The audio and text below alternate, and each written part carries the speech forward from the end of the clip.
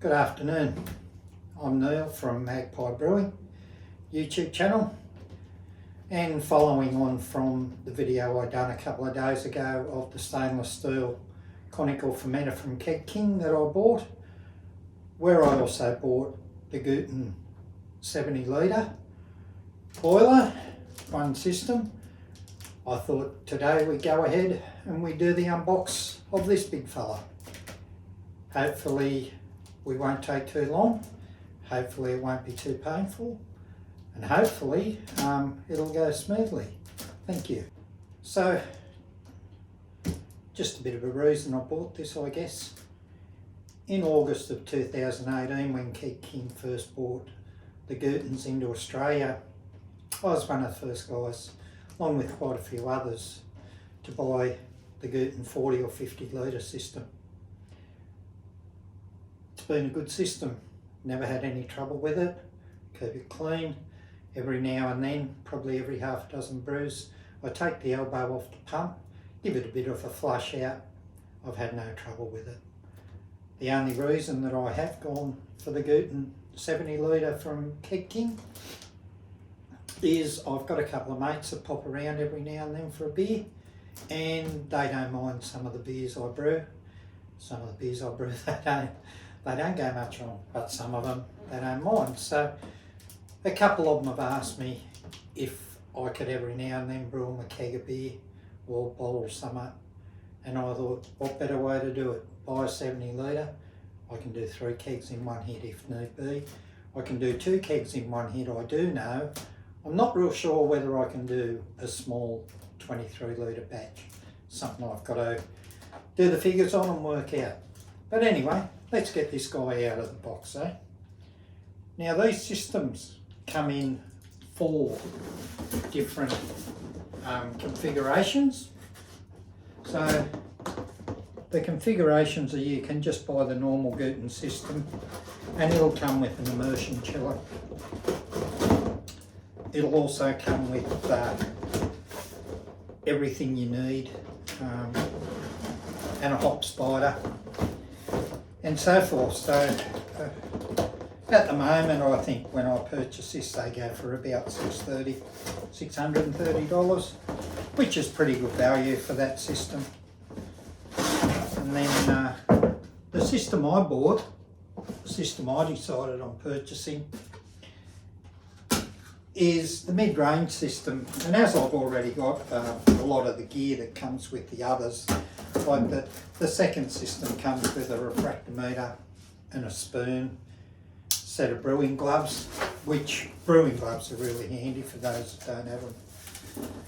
They go for about $6.39, so for another $9 you get a refractometer and you get a good set of gloves and you get a plastic spoon. So, you know, you're well on your way to doing your first brew. The system I bought comes with a false bottom, with all that other stuff, a false bottom, and also a Whirlpool Arm, which is something that I do use, especially with IPAs. And I paid $6.80, which I think is great value, personally. The upper echelon of the systems is the Master Brewer package, which comes with everything that I have, plus a 2 roller mill. So if you're just getting into all grain brewing and you want to do your own grains, which most people once they get into all grain do want to mill their own grain, that's a great buy. So have a look at them, guys, and pick the one you like. So what we got in the box, we've got the bottom plate, false bottom plate. Bottom plate's a lock-in style plate. I bought one for my little 40 system, works really well, enjoy it. And the top plate, don't use the top plate a real lot on the 40, but I'll give it a shot on the big fella and see how we go. Been brewing for a few years now, and you do some tactics. You do some things differently than when you first start out, as you learn. So here's the lid. Lid's got a 47mm hole in it. you're able to buy a distill unit. I don't know whether they're available yet or not, but they will be available. And of course it's a silicon seal. For normal all grain brewing, you wouldn't need the seal. Through the mash, you would only use the seal if you were going to do some distilling. Or you might be able to ferment in this one, I don't know, like if that seal seals it, could be able to use her as a big fermenter, who knows. So now we come to the standard hop spider that comes with the unit. These are a very fine filter. I have I think it's a mangrove jack, but it's a lot bigger. But where I do use these is I use a counter chiller a lot of times to chill my wort. They catch a lot of the cold break, because using a counter chiller, you tend to get more cold break. You're breaking it down quicker. So that will get use. It's not a waste. Nothing's a waste in brewing, as you soon find out. There's our recirc hose. It'll just go on the recirculation area. Here's part of the extras. And these are our gloves, our brew gloves. As you can see, they're quite large, they're quite long, they're rubber. If you have to go for a deep dive to the bottom of the boiler if something goes wrong, they'll be pretty handy.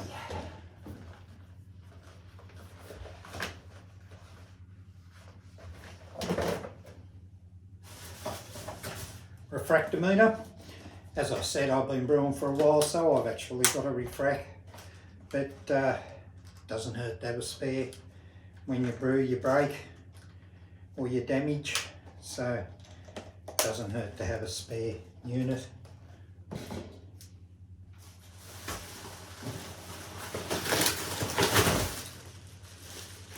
This is a stainless steel immersion chiller that comes with the unit. Quite a good size.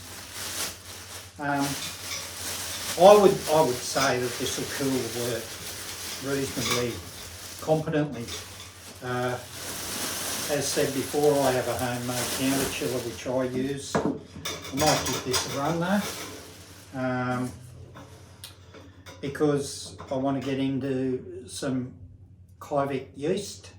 I only need to get the wort down to 40, and I think this will do that pretty efficiently. It's a good size unit, good quality by the look of it. Then inside the unit, fairly well packed, the system.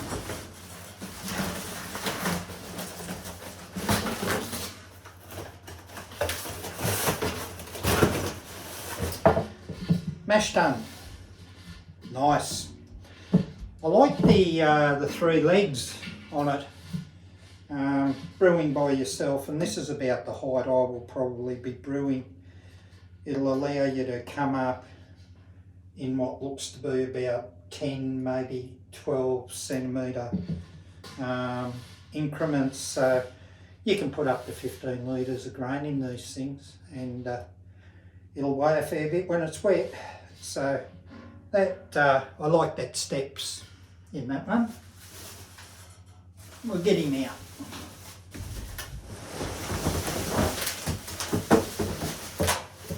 Big fella. There we go.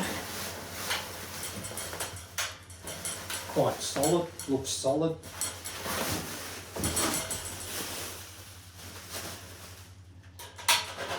Looks real solid actually.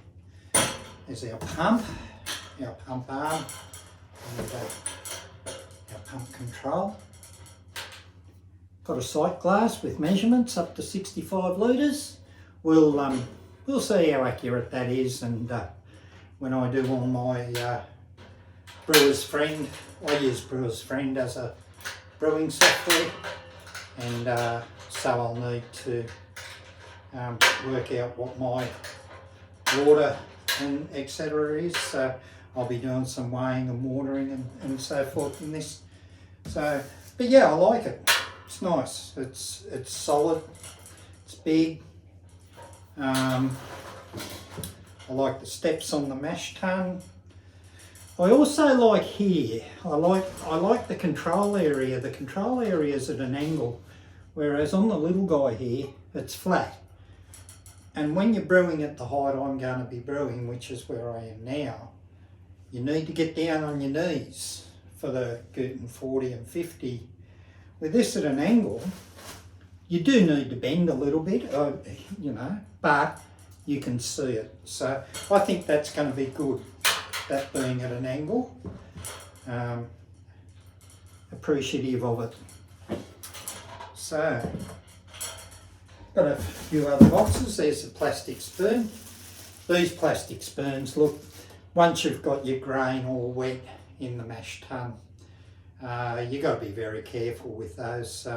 But they're good for other things, you know, they're good to stir in your salts or whatever if you're going to use salts, or get into RO water or adding salts and things like that. So they are good. Let's see what we've got here.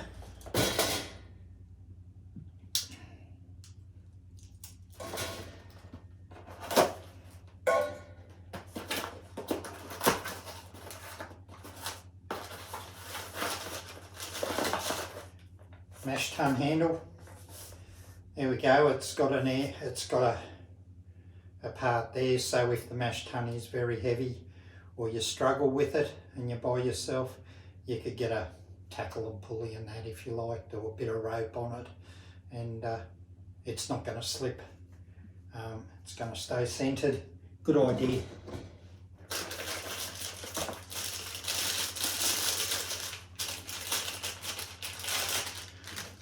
Overflow pipe, telescopic.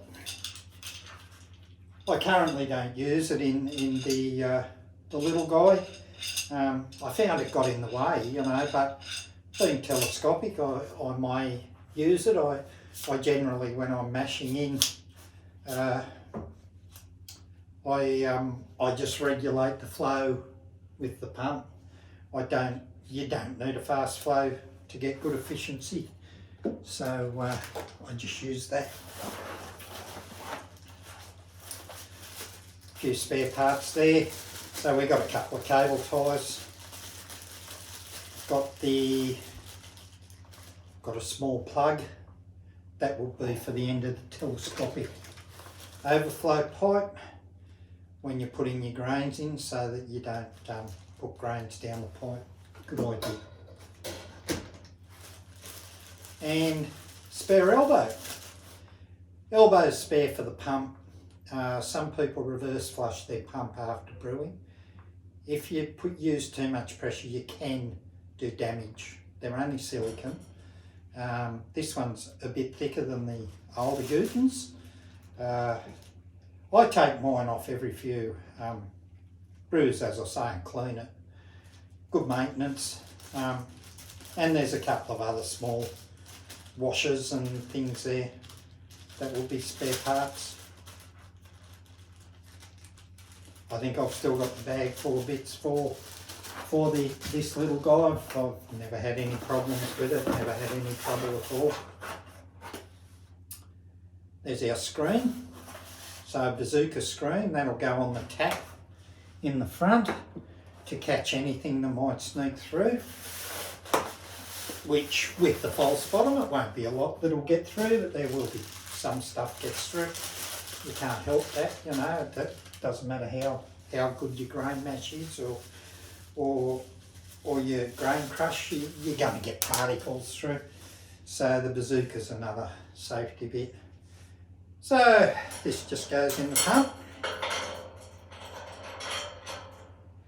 And of course our recirc hose will just go on there. Goes on easily.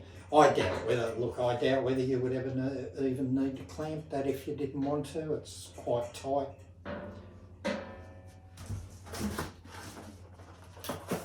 And in this one, I'd say this is the Whirlpool Arm. Really handy, these. They're just handy when you want to get the they also help get the wort down to a cooling temperature. So when you're emptying your boiler, just put it in, let it whirlpool. It'll go down. It goes down fairly deep actually. It goes nearly all the way to the bottom, only a couple of inches off. So that's really good. And last, oh, she's a long way down there for a little short arm guy. Last is the tap. Now these taps, I see a lot of people saying that they leak. You don't need to tighten them. They've got a silicone seal on the outside. So all you need to do is get in there, get them on finger tight, and just firm it up. Only, you know, don't get a spanner or anything on it. Firm it up, give it a water test, and I don't think it'll leak. I've never had one leak, but I've seen in a lot of forums and that where guys say, oh, it leaks, it leaks. They're the same with thermowells and that. They just tighten. Silicon's a sealer. It doesn't need to be so tight to do the job. So we might put a bit of this together, I suppose. It won't be that hard. And see how it goes. Well, we won't see how it goes today. I've got to wash it out. I've got to do a little bit to it. I won't pacify it. No good pacifying the boiler. I mean, it should be good. It shouldn't rust. You take your good maintenance. You're going to PBW or whatever your pink cleaner, whatever Brewer's Friend, whatever you use to clean them. So they'll stay clean. The mash tun. It's quite heavy actually. Surprisingly heavy.